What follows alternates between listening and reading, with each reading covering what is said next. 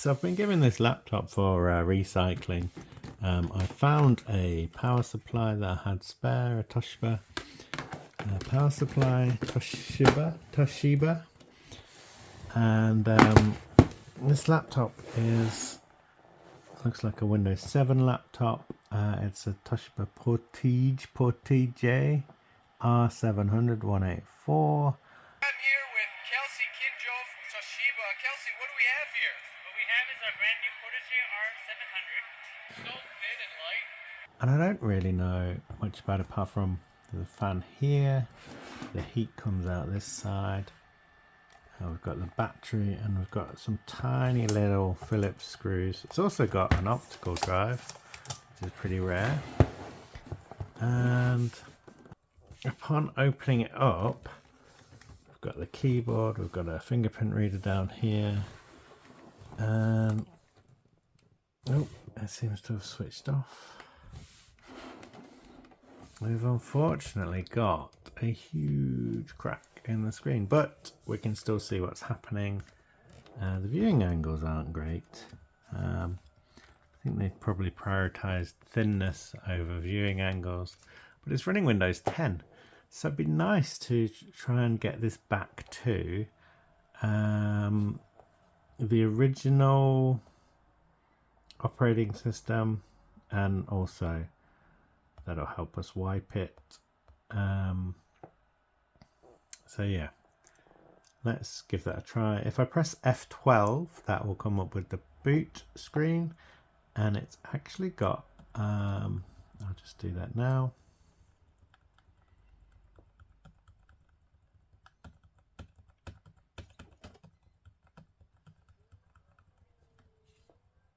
It's actually got an Intel SSD.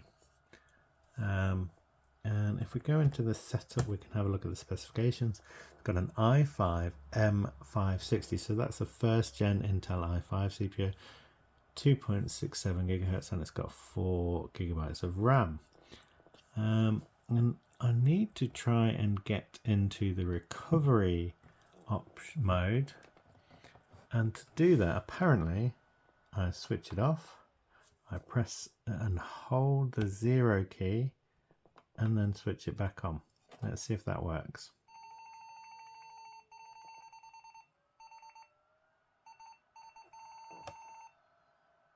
It hasn't worked. Okay, so I've pressed the F8 key and we've come up with automatic repair, but I have a feeling that's just gonna repair or reinstall Windows 10, whereas actually I want to see if I can get the recovery partition off the drive to recover it back to Windows 7. I think that'll be much more interesting to look at. So I'll just record this just in case this is successful.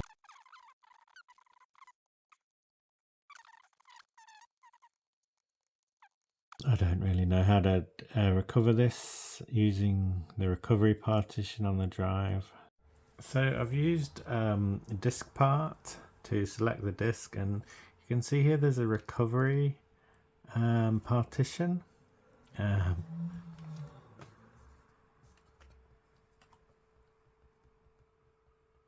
So I want to boot from that. I want to use that recovery partition. It might be nothing, but it'd be great to get access to that. And I'm not really sure how to do that without knowing the right keyboard combination or keyboard shortcut. So I'll just go have a look on the internet.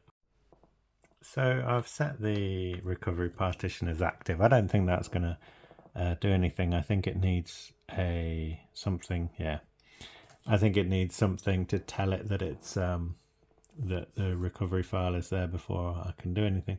So I think I'm at the point where I might as well just reinstall Windows on this, unless perhaps I'm able to get the recovery disks from the internet. So I'll go have a look at that, see if that's possible.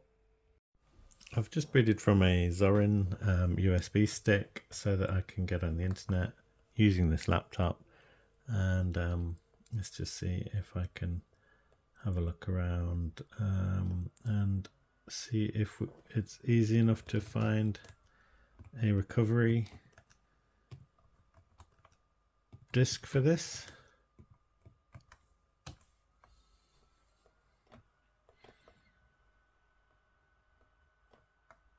I think as this is an i5, I think it's going to be a very quick system for running Windows 7.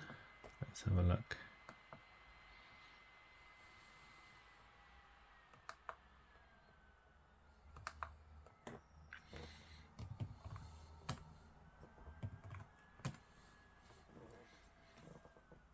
Oh, what's it called? Neo Fetch. It can tell us about the system. No, it can't. Let's do this then. Sudo apt install Neo Fetch.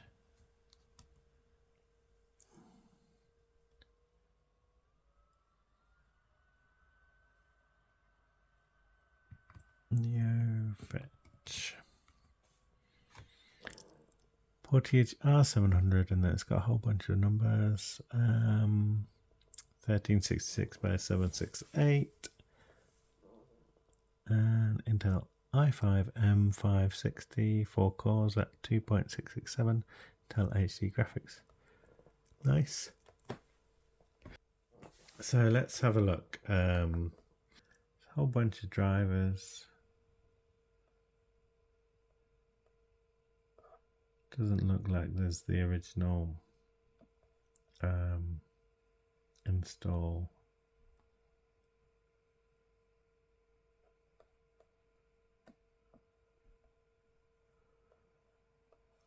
What's happening with the Internet Archive, anyone? Maybe it's down at the moment. I think they need an archive of the Internet Archive. It looks like there's mostly manuals on Internet Archive for this, so I think I will skip a lot of this and reinstall Windows 7 on this. I've also had a quick look how much a replacement screen would cost, and $15.85 is quite cheap. Obviously it's an old laptop and going to be quite fragile, but yeah, this is a potential PC that could be a good usable small laptop once refurbished. The cable seems fine, there's no glitching from movement, so we wouldn't need to replace the cable. The hinges look okay apart from a missing cover here. Yeah, and there's a few other parts available. So maybe this would be a good one to spend a little bit of money on with a replacement screen and fix up, but I'll use it a little bit more. Rather than reinstalling Windows 7, I might just factory reset Windows 10, and then I can use it and try it out and things like that. Underneath we've got these two little panels here that I'm just going to have a quick look at, and hopefully I can get into them.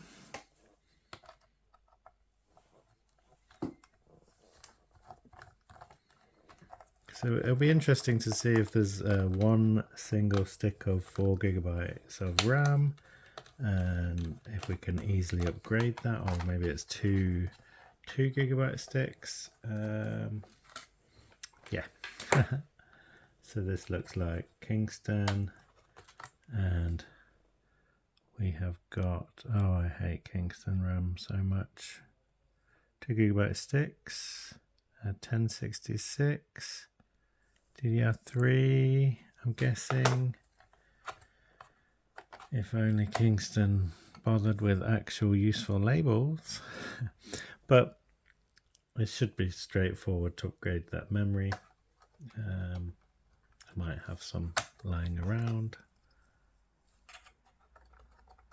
And under here is, I think, going to be the processor. And this drive is most likely in this bit.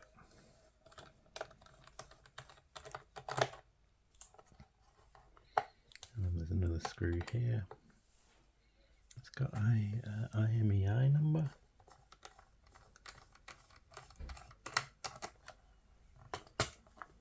Yeah, we've got an Intel solid state drive, so that's pretty interesting, with this kind of sticker making it look cool. How does this come out? Not entirely sure.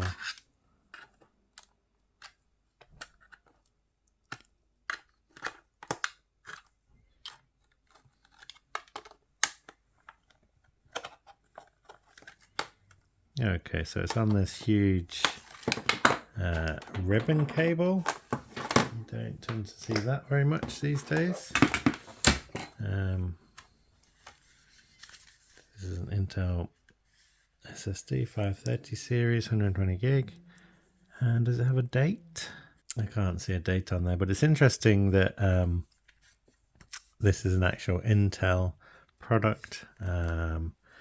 Solid state drives, I think when they were first introducing solid state drives, SSDs, Intel were keen on being involved and promoting them, but then they stopped being interested in consumer level SSDs.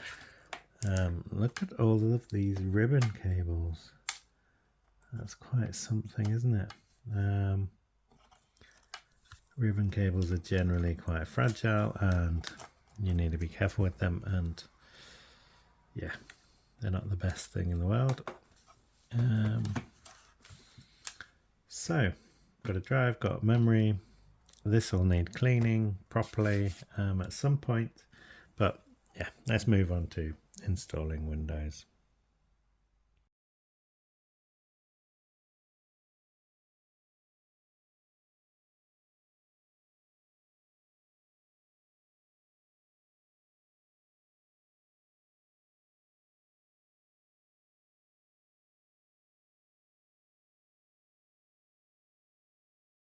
We've reinstalled Windows, and it's quite impressive how quickly you can reinstall Windows 10 from a USB drive.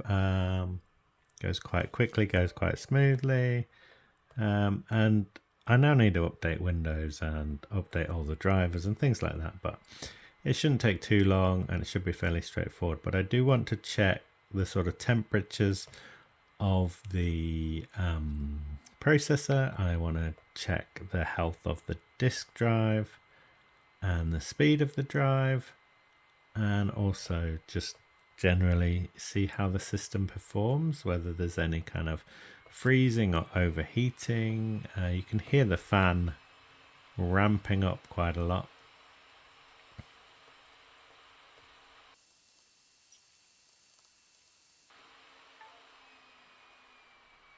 Yeah, we've just got the graphics driver installed automatically, which is nice.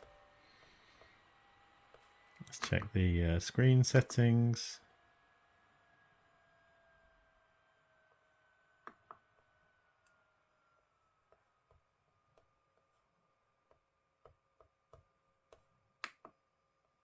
Not sure why it's sort of doing this spinny thing.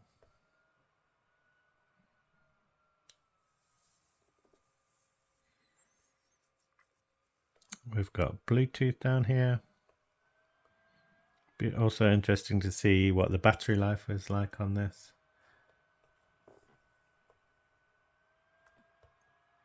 So yeah, 1366 by 768.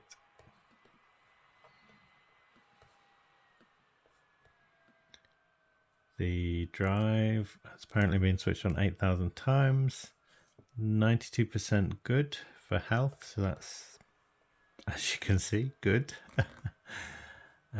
Disk speed looks like it might be SATA 2 speeds. Let's check this in disk info.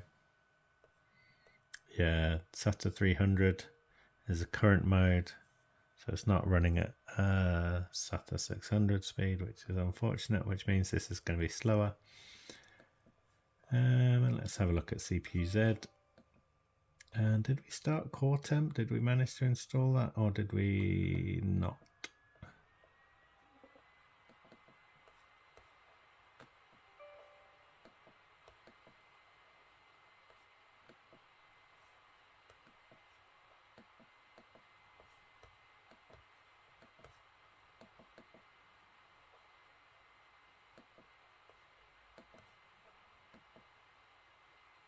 So we've got core temp running, and here we see the problem, or a problem, is that the temperatures are going up to 99 degrees C. So that's going to result in some thermal throttling. Let's just run a quick bench on this.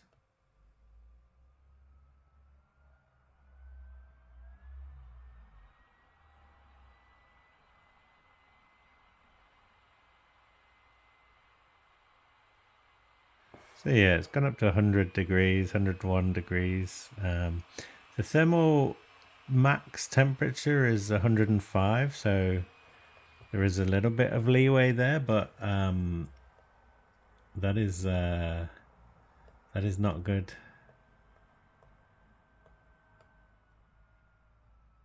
So yeah, we need to probably replace the thermal paste and clean that all out. Why don't we just do that next? Because that'll be interesting to have a look at.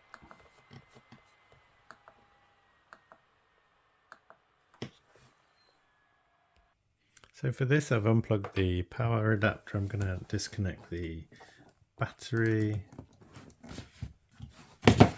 and then we can start. There are quite a lot of screws.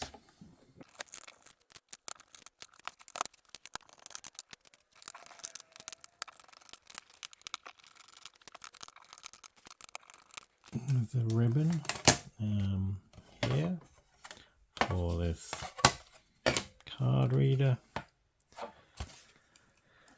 Okay, so we've got quite a lot of dust and gunk around here that we can just brush away. Actually, that's pretty straightforward. And then there's range of like foam pads to sort of, I guess, direct the airflow. And then under here, got the Wi-Fi card and Intel. Got the fan that just blows from there across this and through here. It looks like the power connector is removable. In case this breaks, you can unplug it and replace it.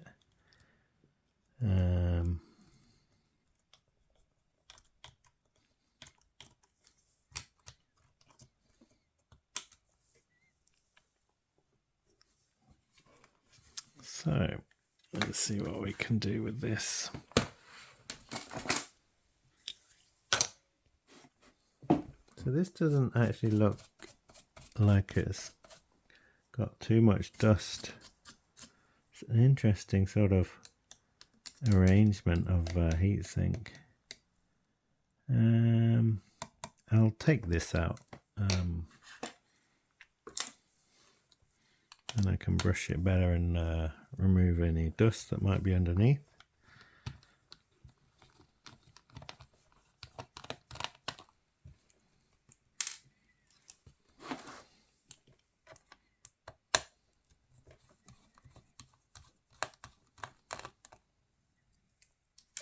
And this can also be unplugged,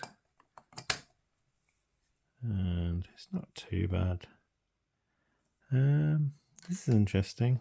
Oh, this is the cable that goes to connect these. You've got the eSATA, USB, HDMI connections. So this isn't too bad really, considering the i5 560M processor, which I think this has got, came out in around 2010. So this is a 14-year-old laptop. Maybe it's been cleaned up before because some of the screws were missing.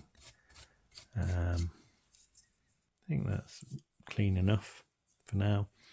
And I'm going to put it back so that I don't kind of forget where it goes or lose the screws that came out of this section.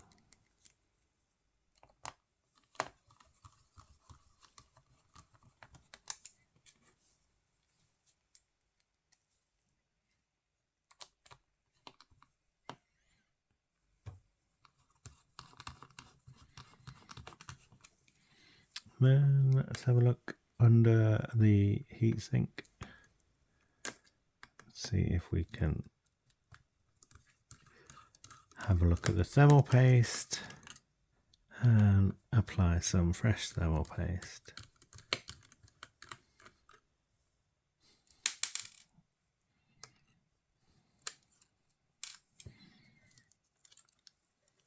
Oh, okay. So someone has been in here and applied what looks like fresh, still a little bit sticky, thermal paste. Okay, we might need to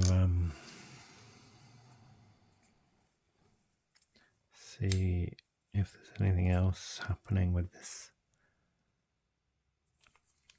Okay, I'll just get something to wipe this. So I'm going to wipe this off.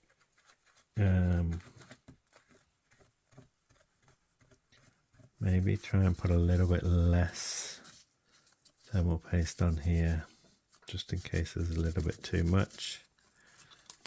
And yeah, I think if there are still kind of issues, then it might be a case of looking for some higher quality thermal paste to use.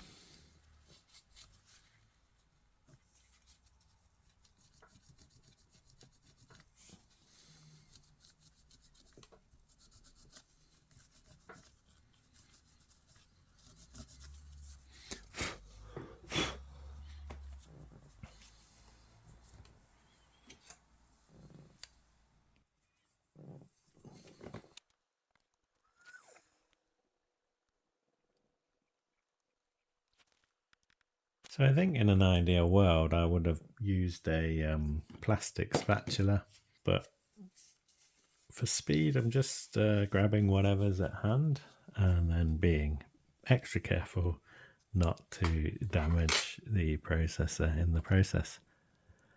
No pun intended there. I think spreading out a thin layer is probably a good idea with this because there's only 2 screw points, so it's not like we're putting pressure down in 4 different places.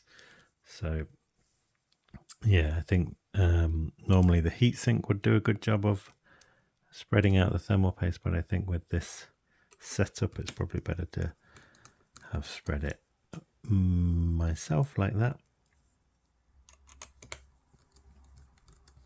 And then we'll just see if there's any kind of temperature difference. I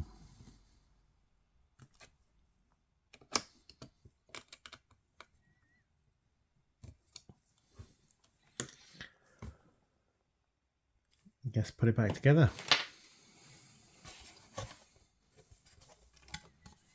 Got rid of some of the dust. So hopefully we'll see a slight improvement, maybe from the thermal paste or just cleaning some of the dust away. But then again, maybe not. Maybe the system runs a bit too hot. Connecting that ribbon cable, and I've got to get this to fit over these ports.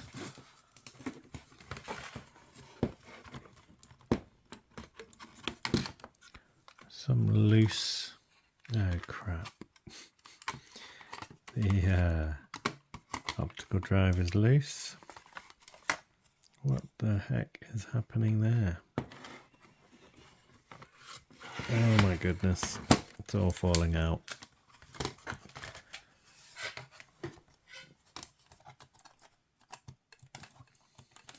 So maybe I didn't need to undo the optical drive.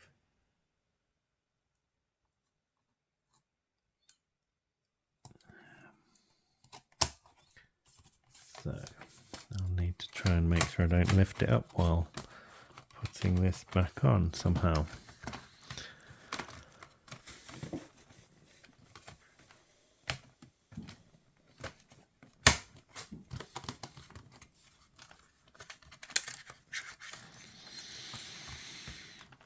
This is not as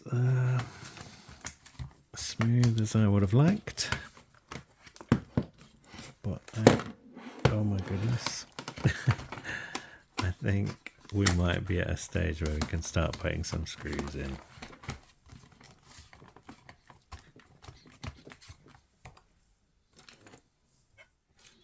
Okay, so these P4 points where it says P4, or is it F4?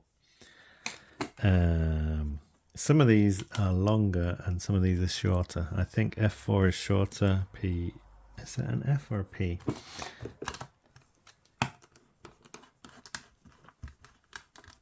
Yeah, I think the P, or whatever this one is, might be the longer one. Then again, maybe not.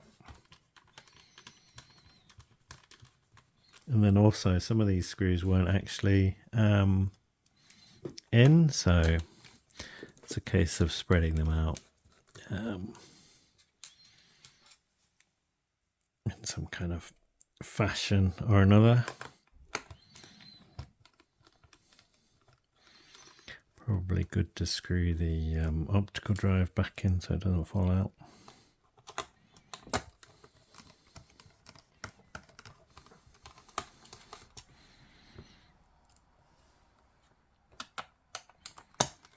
And probably put something to hold this in so that that doesn't fall out.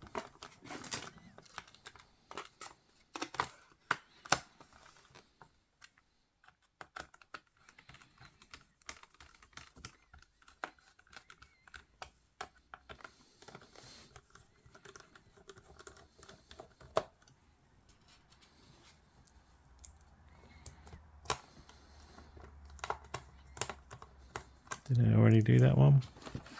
Yep. Okay, I'll just maybe do the hinge at the back.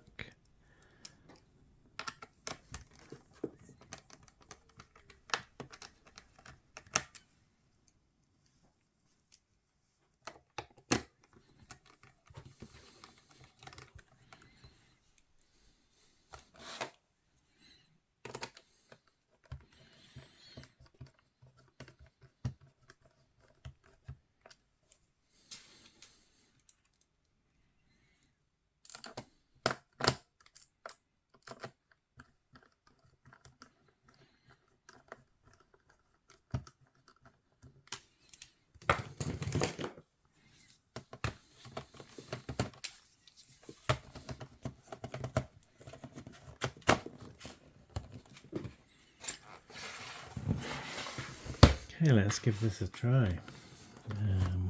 See what happens.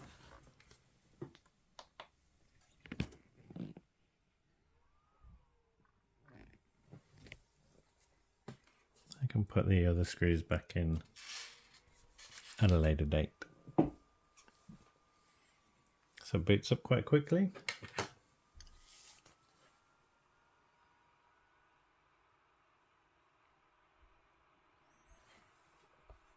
And the fan's ramping up, but let's check the temperature. That is what we are looking to assess.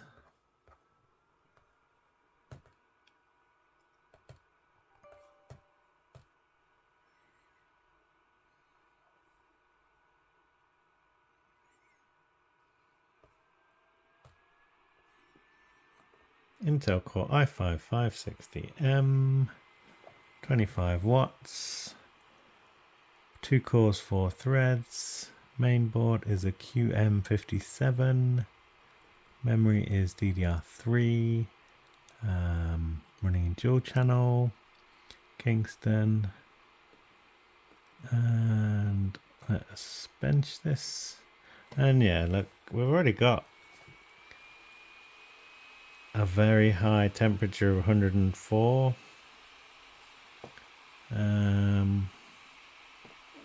Let's stress this.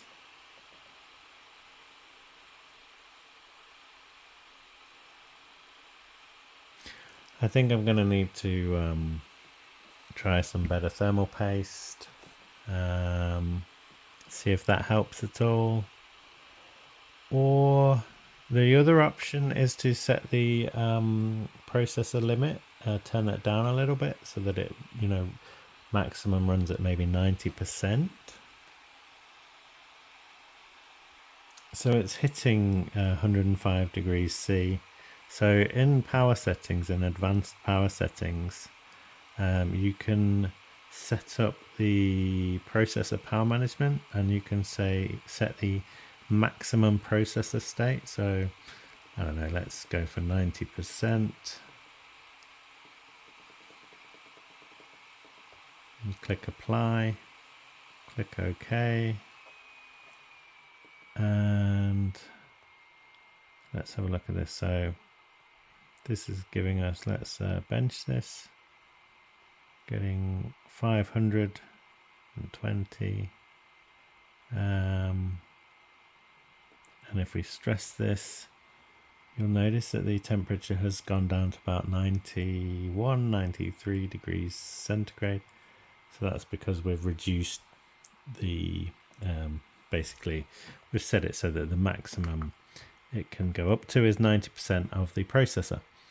So let's have a look what this looks like in here.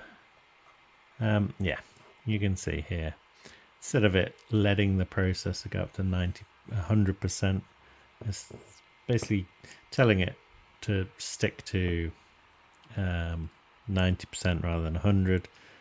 And this has sort of helped us with this thermal overheat problem.